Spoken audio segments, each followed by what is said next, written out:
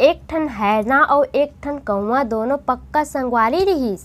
एक दिन कौवा ह हैरना के साथ में कोलिया ला देख डरिस। कोलिया ला अब्बड़ चालाक जानवर मानथे। कौवा अपन संगवारी हैरना ला समझाइस कि कोलिया पर भरोसा नहीं करना चाहिए।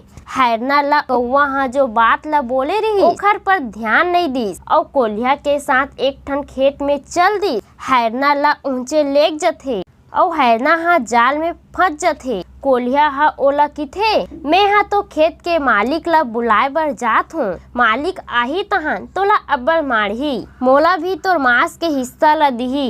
हैरना ह चिल्लात रही तब कौवा ह अपन संगवारी के आवाज ला सुन के तुरते ओला बचाए बर आ जथे और कौवा ह हैरना ला किथे ते सो जा जैसे ते हा मर गे हस। थोड़किन देर बाद कोलिया के आवाज ला सुन के खेत के मालिक हा उही मेर पहुंच जथे। मालिक हा जाल ला देखिस त हैरना हा मरे पड़े हे। ओहा जाल ला हेर दी। जाल ला हेरथे तहाँ हैरना ला मौका मिल जथे और उहाँ ले तुरते उछल के भाग जथे। गुस्सा हो के खेत के मालिक हा कोलिया ला अब्बड़ पिटिस और उहाँ ले भगा दिस। कहानी से सीख।